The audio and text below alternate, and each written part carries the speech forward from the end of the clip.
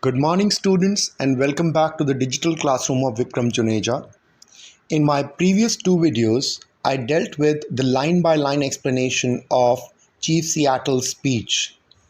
In today's video, we are going to deal with the theme, the title justification, and the character sketch of Chief Seattle in the Chief Seattle speech.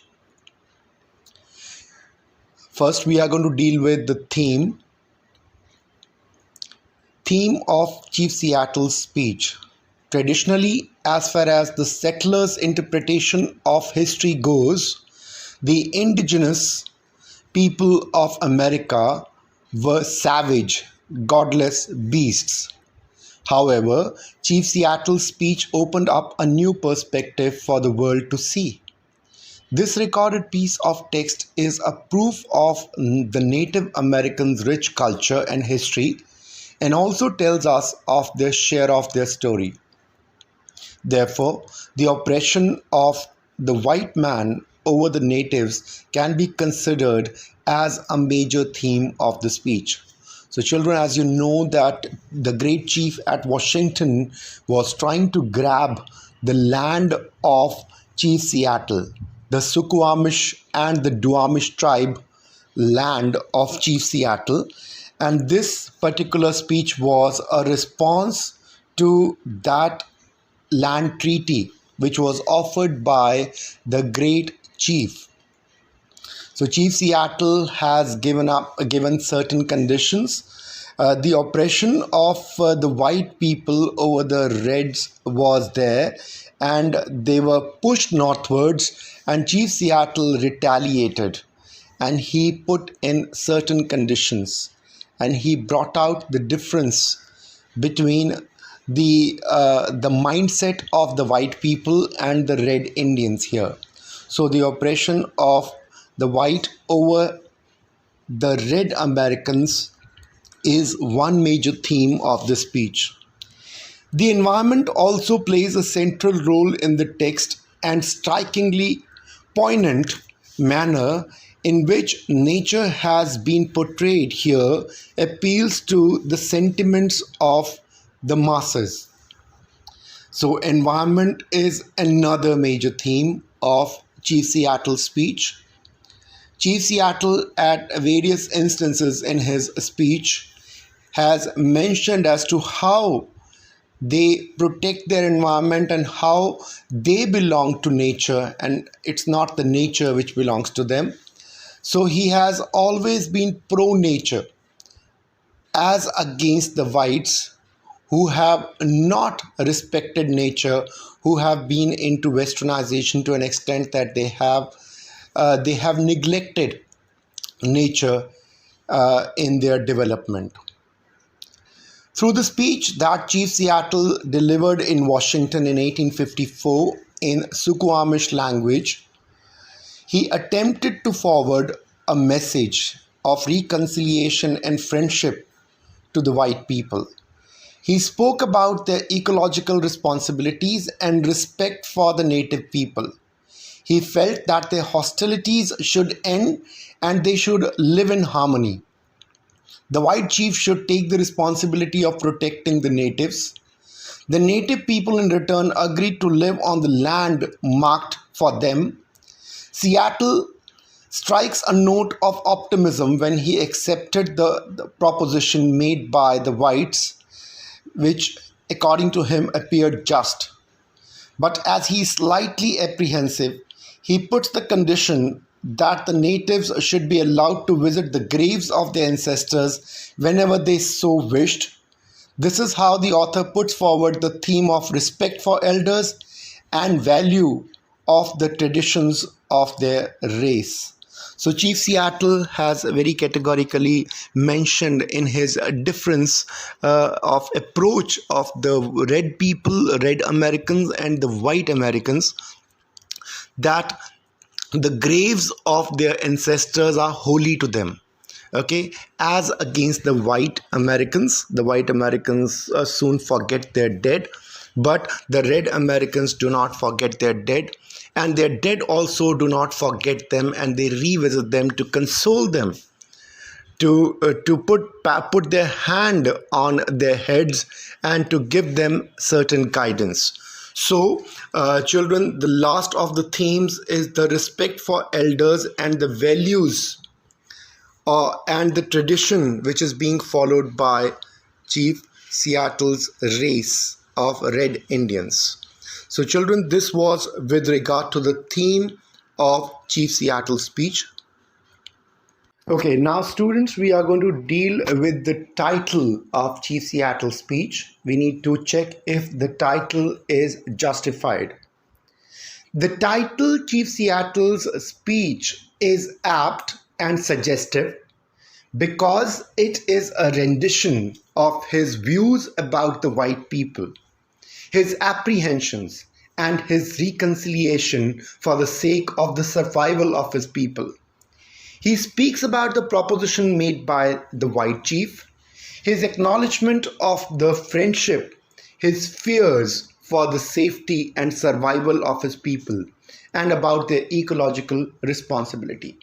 So this speech, which was delivered by Chief Seattle, was considered to be the strongest plea made by this political leader, Chief Seattle, as a response to the land treaty offered by the great chief at Washington. So we can say that this particular title is apt because he has given his views about the white people. He has clearly demarcated the way the white people look at things and how the Red Indians look at things.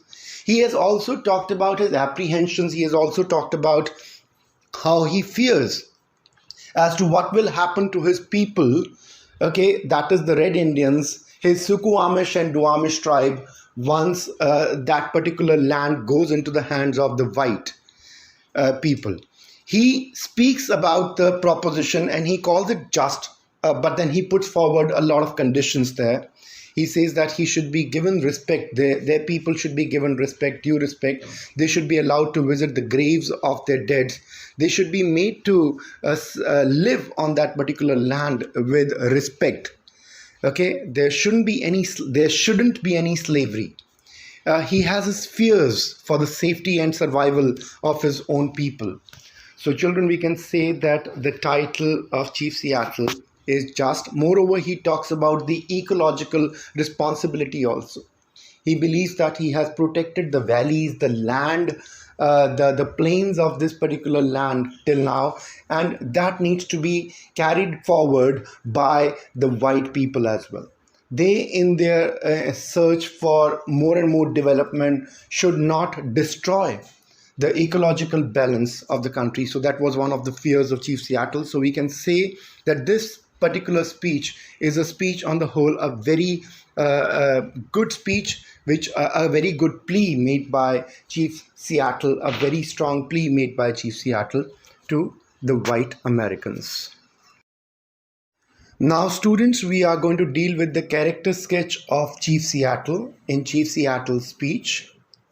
Chief Seattle was a Native American chief, a member of the Suquamish and Duwamish tribes, and a prominent figure among his people, who pursued a path of accommodation and reconciliation with the white settlers. The chief is well known for his famous speech of 1854, a plea for respect of Native American rights and the environmental values. And this speech sheds some light on the traits of the speaker's character. First of his character trait is his knowledge and wisdom. Chief Seattle's knowledge and wisdom is reflected throughout his speech. The way he draws comparison from nature and the way he talks about the common destiny of death only reflects his wisdom. Now he draws a comparison from nature. He talks about his people as to how his people have protected nature. They have protected the valleys and the plains of this particular land. They have been one with nature. They have always believed that they belong to nature and it's not the nature which belongs to them. He has very well demarcated as to how the white people look at nature. They, in their search for more and more development, are destroying nature. So he has very wisely differentiated between the approach of red Indians and the white Americans towards nature. Moreover, he talks about the common destiny of death, and he says that he would not mourn at his own death and the death of his tribal men and women and children, because that is the destiny which is going to be faced by everybody, all and sundry. So very wisely he says, and he puts forward his point that this destiny will be faced by the white Americans as well one day. So he has very well reflected through his wisdom, his knowledge, and that is one of the major character trait of Chief Seattle. The second character trait of Chief Seattle will be that he's friendly and accommodating in nature. And this is evident when he says, we may be brothers after all, we'll see. We can see that he is friendly and accommodating. He's unlike the younger generation which has lived in the past, the younger generation of the red Americans who have lived in the past. They have been repulsive in nature. They have tried to wage a war when retaliated.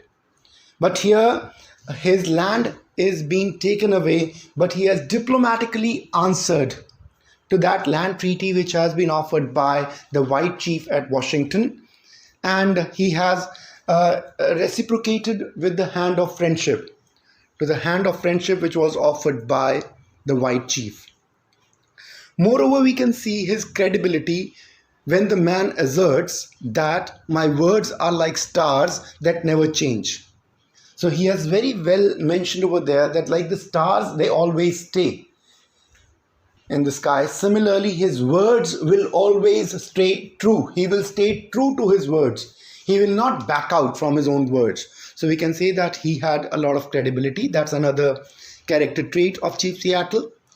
Chief Seattle is also self-critical. He is not blaming when he disapproves the impulsive behavior of his own young people. And he says that it's not that if we have reduced in number, if we have deteriorated in the situation, it is because of the white people. He says that we ourselves are to blame.